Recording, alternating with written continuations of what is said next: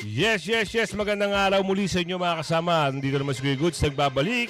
At syempre, kung hindi ka pa nakasubscribe sa ating channel, pasubscribe na lang po at hit mo na rin yung bell para lagi ka naman update sa ating mga video. Oh, eto na! Nako, eto na. Nag-live na ang mga crocodile. Ang dami nila! Grabe! Di ba? Oo, halatado na. Ha? Halatado na kayo. Nagsanib puwersa na ang mga crocodile! Kung ito ay mapapanood nyo, dito natin papatunayan na itong mga ito, di umano, ay galit na galit. Hindi lang galit na galit mga kasama at gigil na gigil.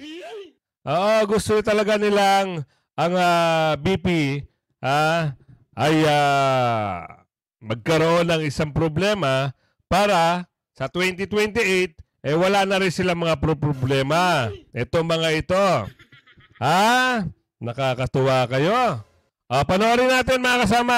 Pero bago natin simulan ito, ang talakayan natin, pa-like po ng video, pa-share. Siyempre, kung hindi ka pa nakasubscribe, mag-subscribe ka na. Ito na nga. Panoorin natin Ano ba yan? Woo! Sir, bukas Quadcom ulit tayo. Confirm ba na dadalaw si dating Pangulong Rodrigo Duterte? Siya, meron. Galing tanong mo, Vic. Kala ko dito lang tayo muna sa property. Sige, hindi. We already sent out invitations. Ni-reiterate lamang natin. Kasi nga yung dati, planado nyo na yan. pinadala natin, kung di ako nagkakamali, during our second or third Quadcom hearing yan, napadala natin yung mga invitation yan. Pero walang tugon. Walang, that's why we reiterated. Maaring hindi natanggap, maaring, kaya nga, itong invitation na ito, nagpadala tayo ulit. Natanggap po ba? Wala pa kaming feedback. I think we course it through the PNP na mapadala ito para mas mabilis. So, okay. Hopefully. Good morning po, good Congressman. Earl po from IVC 13.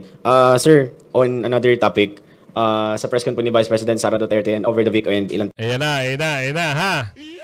Eto kunyari hindi prepare. Pero preparado po yan. Halatado sila.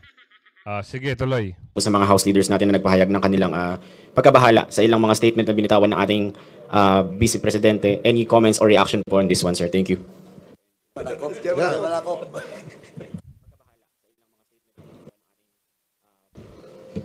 Yung sa akin talaga, gusto kong tanungin kung okay lang ba siya Nag-aalala po talaga ako Pero Ako, parang kontrabida ang datingan ito No? Oo. Kumbaga sa pelikula, ito yung Max Alvarado. Bigla ka agad umaksena tuloy. Pero the statements were not even, for me, hindi na siya political Parang it's a question of kultura. Nasa kultura ba nating mga Pilipino yung mga ganyan na statements? Ganyan ba tayo pinalaki? Ganyan ba kapaligiran natin? Kuya, freedom of speech yun. Nasa demokratikong bansa ka. Malaya niya sabihin kung ano ang nararamdaman niya. Kung ikaw ay meron kang karamdaman na ganyan at mapait ka, ikaw lang yun. Kami rito, suportado namin ang BP. Okay ba? Tuloy. So, talagang nanlilisik. Parang galit na galit sa mundo. So, mga pahapyaw nyo. Kayo nga, ang dami nyo dyan, no? Mga tuwadkom. Ang dami nyo dyan. Kami ay nagugulat din. Bakit lumampas na ata kayo ng 10 dyan tuloy. Yun lang. Kaya talagang kinestyon ko po kung talagang okay ba siya. So, yun. Kinwestiyon mo? Parang hindi naman. Dapat, nagtanong ka doon at doon mo kinwestiyon. Tuloy. Follow up. Hello? Congressman Rog, your comment? Well, I have to agree with si Congressman Ortega. I think it's a cultural issue, especially yung relation to dun sa description yung bangkay. And I think most of the people have already complained po, no?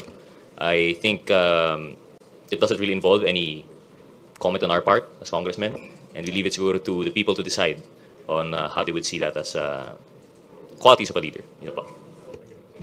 We'd like to acknowledge also the arrival of Congressman Jay Kung Hun. Good morning, Congressman Jay. And you can also ask Ang dami oh. 1, 2, 3, 4. Mamaya bilangan natin ha, lahat kung ilan ito mga ito. direct your questions to him. Sir, follow up. Go ahead. Following up with that lang po, some of the Young Guns leaders requested psychological evaluation for the Vice President, sir.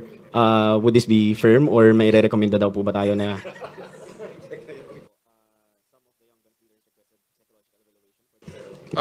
Suggestion lang naman yun. Hindi naman, una-una, hindi rin naman ako pwedeng mag-recommenda at wala rin akong kilala. Kasi so far, parang okay pa naman ako. Pero the people have seen the interview. So parang may something. Ewan ko. Oo. Parang punong-puno ng galit. Saka parang yung mga lumabas sa ating mga pahayagan, para talagang parang hindi ko alam kung may meltdown o... Tignan nyo nga, mga kasama. Ito ngayon, apektado sila. Ha? Bakit kayo naapektuhan ngayon? Ang tanong. Kayo ba ay naniniwala dito, mga kasama? Kung kayo po ay hindi naniniwala sa mga taong ito, pakitandaan na lang po ang mga pangalan nila para kung lumabas yan sa balota, dyan sa inyong lugar, alam nyo na, no? Na hindi nyo na sila isi-shade. Di ba? Kaya minsan, yung pagpupuna, minsan, hindi lang para sa inyo. Ha? Kasi kayo, lahat-lahat kampihan. Ito gagawin natin ngayon. Isa lang yung nagsalita, pero kayo, ang dami nyo ngayong nagsasalita dyan. Ang tanong, bakit? Pagtatanggol nyo naman. Sino? Puno yung leader nyo. Di ba? Tuloy. May problema na nangyayari right before our eyes during the press con. Sir? Yun kasi yung yun ang lalabas sa news juicy So, dito naman sa Quadcom, from the start, we've been evidence-based kung ano po ang mga lumalabas sa aming... Wala. Hindi po evidence-based. Baseless lahat po. Kagaya nga lang sinasabi ni Congressman Marcoleta hindi naman kayo mga abogado para magdiin ng isang resource person. Dahil kung halimbawa, hindi nyo gusto yung mga sagot ng resource person, ay pinapakontempt nyo. Totoo ba, Max? Tuloy. Legislative inquiry, very clear po yun na yun po ang lumalabas at napapalabas po sa social media. But again, baka it's another diversionary. Sabi nyo lang yan, kasi kampi-kampihan kayo dyan pero yung mga hindi naniniwala sa inyo, ang tingin sa inyo, kayo ay patabain na maliliit na butiki, nasa kadamihan ng kadamihan, darating ang panahon, kayo ay magiging lolong di umano. Okay ba? Sige, tuloy. Tactic. Sir, sabi ni Atty. Sal Panelo kanina sa interview, hindi naman daw publicly sinabi ni VP Sara yun. Parang sa group chat lang daw yun. Doon sa sinabi na huhukayin yung paghukay. Hindi, magaling talaga siya sa ganun. Yung kasi siya yung official interpreter dati, nung dating Pangulo. So malamang ginagawa na rin niya dito ngayon. Sir, you mentioned parang punong-puno ng galit. Pwede bang? Yes. Sorry. Dami, Punong-puno ng galit talaga. Isa lang yung nagsalita sa press con. Eto ngayon, sandamakmak sila. Kayo ngayon ang punong-puno ng galit. Galit na itong mga to tuloy. Why do you think po? Bakit po sa tingin niyo ganun yung nangyari kay, and you even mentioned Kong Ortega na parang may meltdown or may problema na nangyari. Why do you think po na nagkaganon? Well, siguro sa nangyayari sa ating Vice President, nagkakaroon siya ng, I think she's being overwhelmed by anger and hate. Mga taga-Antipolo, mag-comment na kayo. Patok pa ba ito sa panlasa nyo? Ito si Sakop? Tuloy. Pag ang isang tao ay sobrang galit, nawawala siya sa sense of decency sa aking paningin. Sa'yo lang yun. Sabi mo lang yan. Alam mo bakit? Kasi kayo ang punong-puno ng galit sa BP at sa mga Sara Duterte. Ngayon, sa dami-dami ng 32 million, Ay, palagay na nga natin, hindi ka naman nanalo sa lugar mo eh. Antipolo, anong district ato to? District 4, District 2? District 2? Kayo na po ang bahala sa mga taga-Antipolo. Tuloy. And sometimes, yung how you manage yung hate sa yung katawan at saka yung nasasaktan ka, it's also a test of your character. Di ba? How you manage these things. It's a Wala pong nakitang galit sa pananalita. Malumanay po nagsasalita ang BP. Wala siya ang yun yung the way na sinabi niya, malumanay. Wala kang makikitang bahid ng pagkagalit doon. Ngayon kayo nag-react. 'Di ba? Nag-react kayo eh. Ang dami niyo. Bakit kailangan ang dami nyo magsalita dyan laban sa isang tao? Bakit? Hindi nyo ba kaya ang BP? Dahil napahiya ba kayo nung minsan pumunta dyan ang BP at napahiya kayo, wala nangyari? Sa kagustuhan nyo? Yun lang kasimple yun. Pasok. test of your character. So in the case of the Vice President, ay lumalabas po yung flaw sa kanyang character. Kami naniniwala sa'yo. Yun po yung aking nakikita as far as this representation is concerned. Maraming salamat po. Sir, hello po. Parang ang hugot po ni VP Sara, yung ginagawang pagkalkal doon sa kanyang confidential fund, yung paggamit ng pondo ng kanyang office ng Kamara. So ang House of Representatives po ba kayo, magbabago ba kayo or mag-a-adjust ba kayo, maghihinay-hinay ba kayo sa pag-iimbestiga sa kanyang paggamit po ng pondo? Ito, sasagutin muna natin yan. Tama yung narinig natin, no? Oo, tama rin yung interview mo, ate. Kasi ang nangyayari dito, pag-uungkat lang lagi eh. Ginagawa ng butas. Para pag nagkaroon ng butas, meron silang chance ipa-impeach. Yun ang nakikita natin dito. Pero sa pahiwatig nitong mga to, ngayon hindi pa rin natin nakikita na meron silang magandang pakay sa BP, no? Pag-atake pa rin ang ginagawa nila. 'Di ba? Totoo 'yan, 'di ba? Totoo? Sino ngayong maniniwala na sa inyo? Wala na. Sorry na lang kayo. 'Di ba? Tuloy. Sa ganang amin, the performance of one's duty should be the primordial consideration. Trabaho po namin yun eh. And therefore, dapat walang let up to show what really happened insofar as the confidential funds of the Office of the Vice President and the Department of Education when she was still the Secretary. Kasi, ang sabi nga, paliwanag ko sa'yo, ang sabi ni Congressman Marcoleta, hindi nyo trabaho yun. Oo, nangahalungkat lang talaga kayo. Kaya wag mo na kami linlangin. Nililinlang nyo pa yung mga tao eh. Tuloy. Pag magbibigay po kami ng leeway, hindi po na yata in accordance with our mandate. Ganun po ang paningin namin doon. Okay. Sir, before that, we'd like to acknowledge the presence also of our Senior Deputy Speaker, Dong Gonzales. Good morning. Okay, continue. Sir, yung dito sa nakita nyo na, sabi nyo nga may meltdown, dumadagdag na naman, may dagdag na naman. May nakikita ba kayo na parang signs ng psychological incapacity dun sa nangyari kay Vice President dun sa press con niya? I think we would not be in a proper position to determine that. Siguro, it would be recommended that she should see a psychologist or a psychiatrist. Kasi sila po ang expert dito eh. Hindi po kami. Sir, sorry, good morning po. Hindi lang po si Pangulong Marcos and former President Apo Marcos yung, kumbaga, tinira ni VP Sara. Meron din po kasi siyang binanggit, laban din po kay Speaker Romualdez, na sinabi niyang embarrassment daw po ang ating House Speaker. As House leaders, ano pong masasabi po ninyo dun sa pahayag po na yun? That's her opinion. It's not the opinion of 120 million Filipinos. Di po ba? And she is entitled to her opinion. Diyan ka Sir, follow up lang kasi kuya. Buti na lang may utak ka. At saka yan po, ay nasa demokratikong bansa tayo. Natural.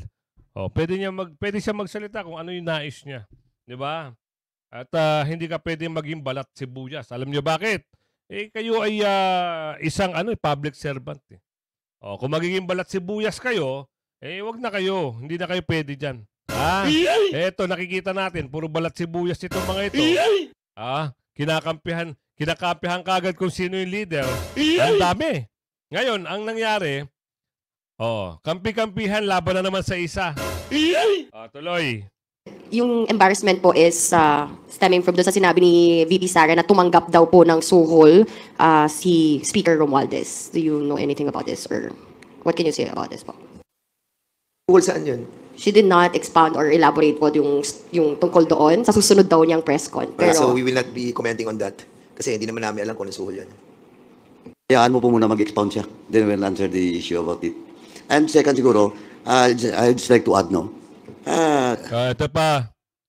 May nagsabi, ito raw ay taga-bundok daw ito Totoo kaya yun? Ano ba yung pinagsasabi mo dyan, kuya?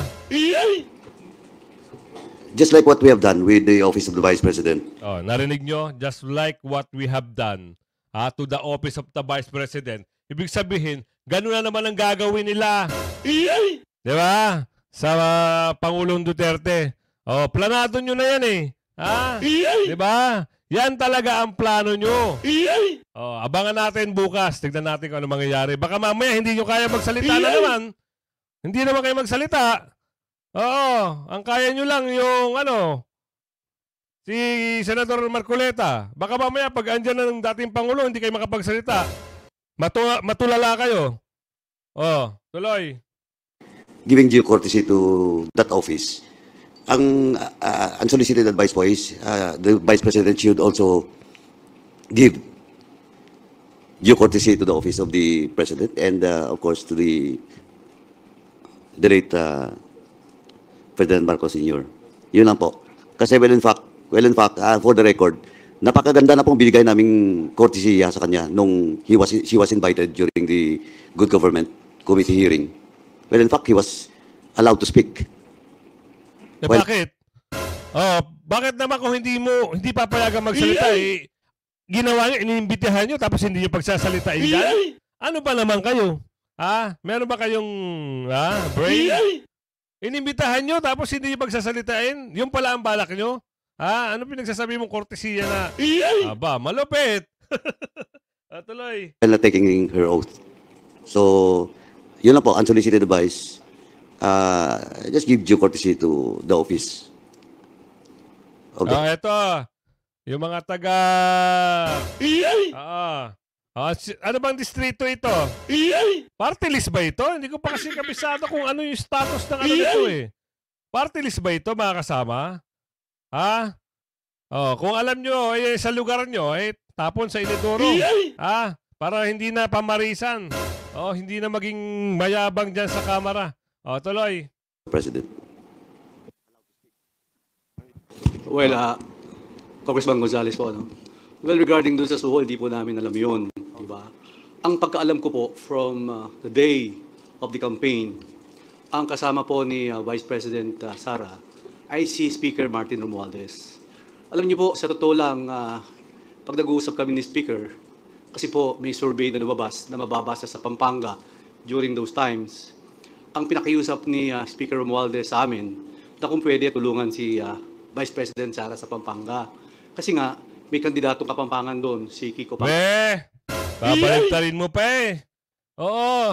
Huwag nyo kami lokohin. 31 million ang bumoto kay Sara. Tapos ngayon sasabihin mo, nagpapatulong. Baka kayo ang nagpatulong. Nakakatawa kayo Huwag nyo nang linlangin ng mga tao. Alam na ng mga tao at kilalang kilala na kayo. Sorry sorry. Oo. Baka akala nyo naman kasi talagang walang makukuwang boto. Ang mga partido ng Duterte sa dating na midterm election. Siyempre sa 2028, abangan natin. Pag ito po, biglang kumandidato si Ate Sara, yan na ang katapusan ng pagyayabang nyo dyan sa kamera. Ganun ba? Sige, tuloy natin. Tuloy! Pangilinan.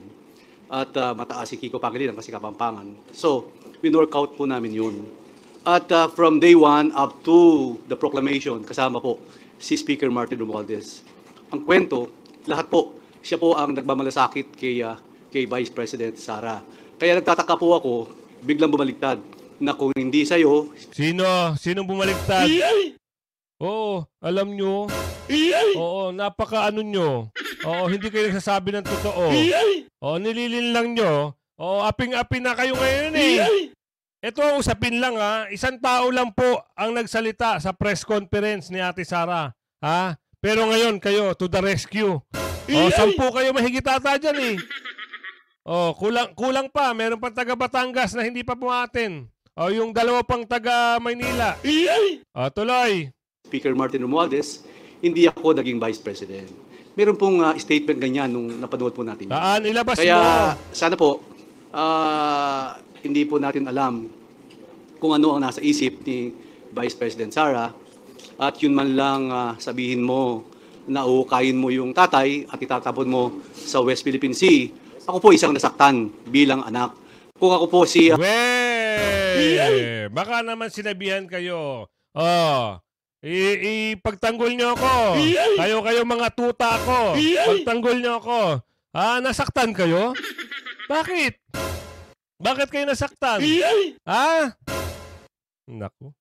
Napakasimple lang. Babae lang ang nagsalita. Nasaktan kayo. Sabihin, iyakin pala kayo. Yan ang sabi ng mga taong bayan. Nagre-reaction lang naman tayo. Tuloy. Senator Amy Marcos, sinabi sa tatay ko yon, palagay ko, hindi na po kami pwedeng magkita at mag-usap sa panahon na yon. Sasabihin ko, ibang klase na to, ibang usapan na to. So, sana po walang ganyang usapan. At yung ganyang narinig kong mga... Ayun na yung pastor. Pastor! Tuloy. Mga salita, pag umiinom sa kanto, sa barangay, paglasing na, biruan lang yun, di ba? Pero walang ganyan, pero wala pong ganyan. Medyo... Iyakin, no? Iyakin! Ang mga nag-iiyak na... Ako po, honestly, after yung press conference niya, meron po, nasa palasyo po ako, birthday po ni E.S. Bersamin. Pero gusto kong sabihin sa presidente, pero hindi ko po nasabi. Kasi baka ayaw po niyang marinig yun. Pero deep inside in my heart, ako po talaga nasaktan doon sa sinabi niya. Because I'm also, anak po ako eh. Hindi na po ako makakakita ng tatay. Isa lang po ang tatay ko. Tapos sasabihin po sa tatay ko yun, ukayin niya. Pinapalaki niyo lang ang issue. Bakit? Yan ba ang utos sa inyo? Yan ba ang utos? Sa bagay, stick to the plan. Tuloy. Itatapon niya, palagay ko napakasakit po nun. So bilang isang Kristiyano, bilang isa... May pa talaga ang nasa taas. Kita nyo na. Ang mga tao na nagbabalat kayo, mga kasama, ay mahilig po magsalita yan. Hindi po totoong tao yan. Maniwala kayo sa akin.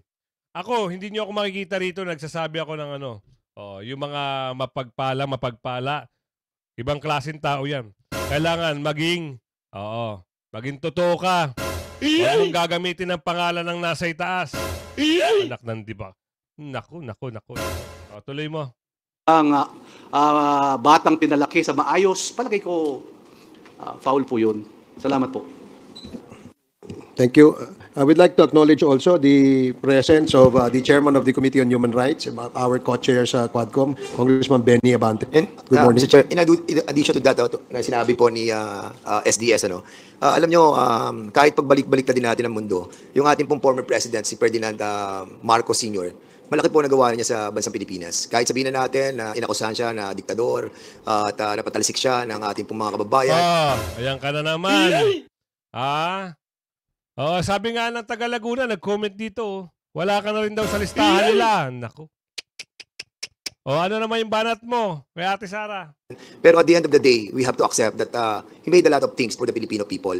At yung pong pagsasabi na huhukayin siya at itatapon sa West Philippine Sea. Ito issue naman. Sino ba nagpalibing? Sino nagpalibing? Diba? Ngayon, binabaligtad ang issue eh. Ang issue dito, pilit tinisiraan, pilit tinatarantado ang Ate Sara. Ngayon nung nagsalita ang Ate Sara, gigil na gigil kayo. Gigil na gigil kayo. Bakit? Kasi yung leader nyo eh. Diba? Wala namang sinabing masakit na salita. Hindi naman minura. Diba?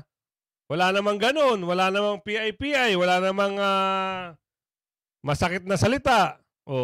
Apektado kayo. Bakit? Ang tanong! Sabi ni boss. Tira. Philippine Sea. Medyo parang sa mga nagmamahal, no? Lalo na yung mga Marcos loyalists, no? Na nakita natin na talagang pinaglalaban yung ating dating Pangulo. Napakasakit po nun. And we have to be careful with our statements, no? Kasi hahabulit Ito isang statement lang natin, no? Naka-stick sila doon sa West Philippine Sea, itatapon. Yun lang ang script nila ngayon eh. Napapansin nyo, magmula doon sa una nagsalita, ngayon hanggang dito, kaya no, ang pangalan nito, yung taga Laguna na yan. Magmula doon, West Philippine Sea pa rin, ipatatapon daw sa West Philippine Sea. Hanggang doon siguro sa dulo yan eh. Tuloy natin, antayin natin hanggang sa dulo kung sino yung huling magsasalita sa dulo. Habulin tayo ng panahon at pagkakataon. Like for example, yung ginagawa po na statements ng ating dating Pangulo, si Rodrigo Roa Duterte, ngayon hinahabol na po siya ng sitwasyon. We hope that this will not happen to... kasi ngayon, ginagawa nyo, sinisiraan nyo.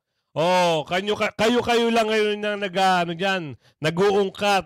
Kasi banta nga ang Rodrigo Duterte. Banta ang mga Duterte sa 2028. Di ba? Yung mga subscriber ko dyan, kung naniniwala kayo sa akin, i-type nyo dyan, na itong mga ito, yung mga tuwadcom na yan, sila yung mga, walang kakwenta-kwenta, na nakaupo dyan, na alam lang, ay, mga pondo di umano. Tuloy. To the Vice President. But definitely, somebody might file a case against her. At nobody can prevent that. May pinasok ka na naman dyan. Sa bagay, alam naman natin, magaling ka rin magbasa ng script kasi artista ka nga. So, wala na tayong magagawa ron. So, pwede mo sabihin sa mga kasama mo, mag-i-stick lang tayo sa script na bibigay na isa. Solid tayo, marami tayo. Ang kalaban natin, isang babae lang. Ganon. Di ba? Tuloy. Dahil nga, wala namang immunity ang ating Vice President. Kita nyo? Di ba? Walang immunity ang Vice President.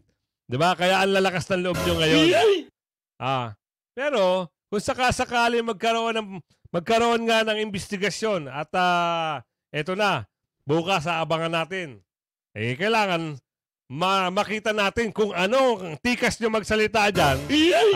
Kailangan marinig namin bukas yung mga matitikas yung dila pag wala ang Pangulo. Pag hindi namin makita yan, ibig sabihin, wala kayo. Di ba? Ganun lang kasimple yun. Tuloy. Sakit po yung mga ganitong klaseng salita na hindi na po dapat nasabihin na nanggaling sa isang opisyal ng ating bansa. Sir, clarification on the invitation kay former President Duterte. 18 pa po yun, October 18, yung reiteration ng invitation ninyo. Meron na po bang feedback from the PNP kung na-deliver man lang po doon sa bahay at may nag-receive nitong invitation? And second question, kung meron ding reiteration ng invitation kina Senator Bongo and Senator De La Rosa? Well, kasi dun sa previous invitation that we sent, I think... Kilala nyo ito, malamang, marami nakakilala dito. Ano nangyari? Mga taga-Surigao, alam nyo na, wag nyo na i-shade. Kasi sasayangin nyo lang yung boto nyo pag sinade nyo uli yan. Halimbawa, tumakbo yan, i-shade nyo uli. Sayang ang boto! Kung di nga ako nagkakamali, during the second or third Quadcom hearing yun, open-ended yun until we conduct these hearings. Open invitation po yung aming invitation. We only had to reiterate kasi para matagal-tagal na rin yun. This is already the 9th and going to be the 10th hearing of the Joint Committee hearing. So that's why we had to send and reiterate the invitation. Pero I understand may sulat din po kayo kay CIDG Chief yes, we to did. Ensure na may magre-receive, may feedback na po.